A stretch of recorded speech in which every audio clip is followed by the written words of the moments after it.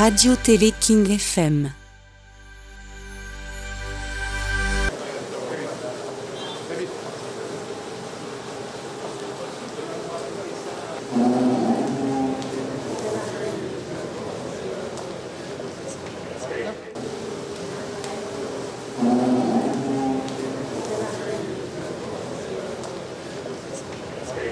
J'éprouve un réel plaisir à être parmi vous ce 6 décembre, qui est le jour de la célébration de la Constitution espagnole, date exceptionnellement importante dans l'histoire de la démocratie espagnole.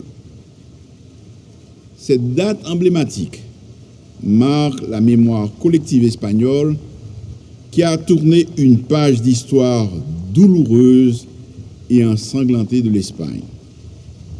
En effet, la Constitution espagnole de 1978 est la loi fondamentale qui régit de manière organisée et hiérarchisée l'ensemble des institutions de l'État espagnol ainsi que les devoirs des citoyens. Le jour de la Constitution, établi par le décret royal du 30 novembre 1983, a consacré le grand retour à la démocratie avec le roi Juan Carlos Ier qui, à son arrivée au trône en 1975, légalisa les partis politiques jusqu'alors interdits, organisa les premières élections libres.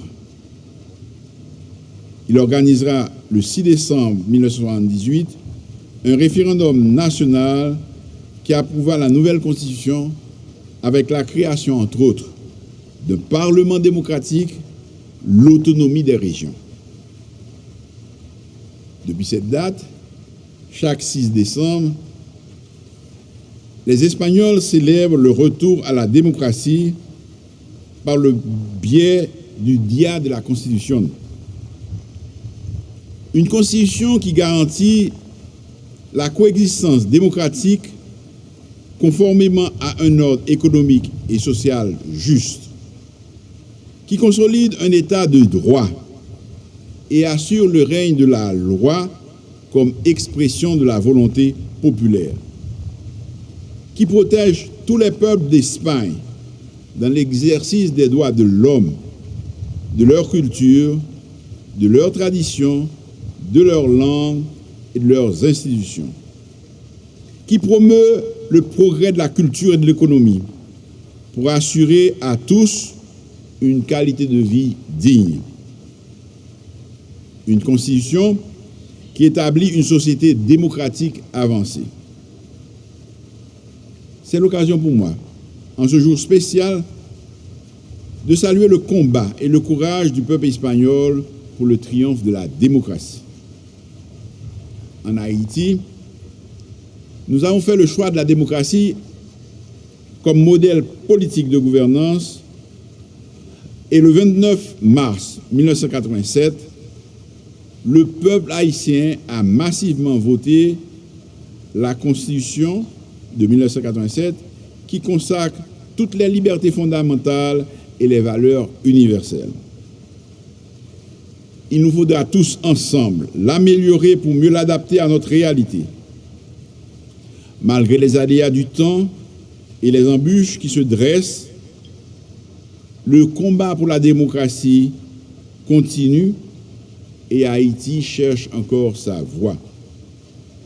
C'est pourquoi je travaille quotidiennement face à la complexité de la crise multidimensionnelle pour créer les conditions afin d'arriver à un dénouement qui vise le rétablissement et le renforcement des institutions démocratiques, la constitution d'un État de droit, dans une perspective de sécurité durable pour créer des conditions de vie dignes à la population.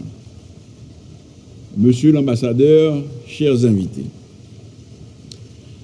ma présence ici ce soir témoigne que j'attache au maintien et au renforcement des bonnes relations qui existent entre Haïti et le Royaume d'Espagne.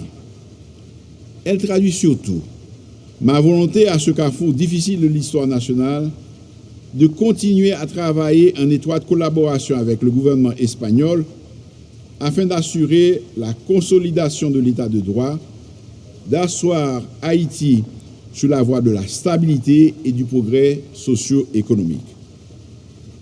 Je suis persuadé que les relations entre nos deux États continueront de s'épanouir sur la base de valeurs partagées et dans le respect mutuel pour le plus grand bien de nos deux peuples.